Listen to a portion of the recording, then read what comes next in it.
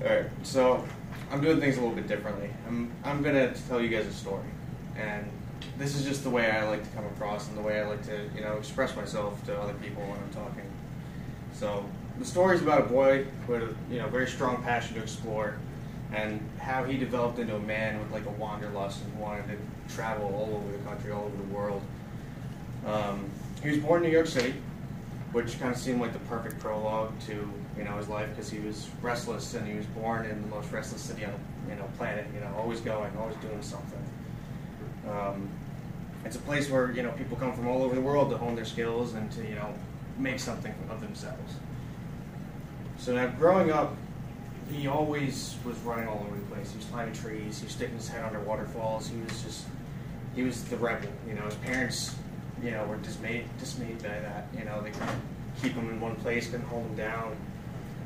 But the older he got, the more that his sense of wonder and his desire to find that new place and see that new sight grew. So at the ripe old age of 16, he bought his first motorcycle, and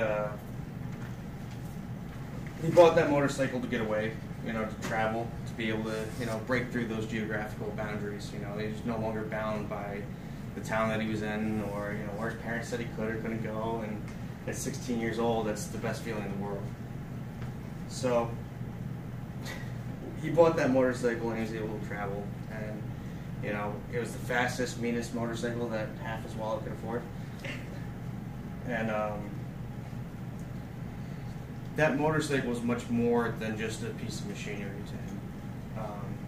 It made him feel invincible. It took him onward and forward, and it was a new sense for him. It was a new world for him that just opened up. He was able to find new cultures all within the same country, within his own boundaries, and he was able to explore and meet new people and travel the country, at least as far as his chain sharp and well. The more he traveled, the more he grew. Since his desire to be worldly was finally becoming a reality. He always had that sense that I don't belong here. I can't be tied down here. There's got to be more.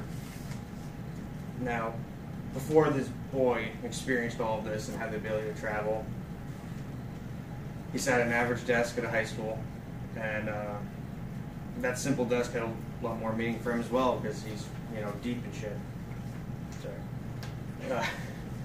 And desk kind of held him back, and he felt like it was kind of chaining him down, and couldn't keep his ass in that chair. And teachers weren't too happy about that, but he moved on.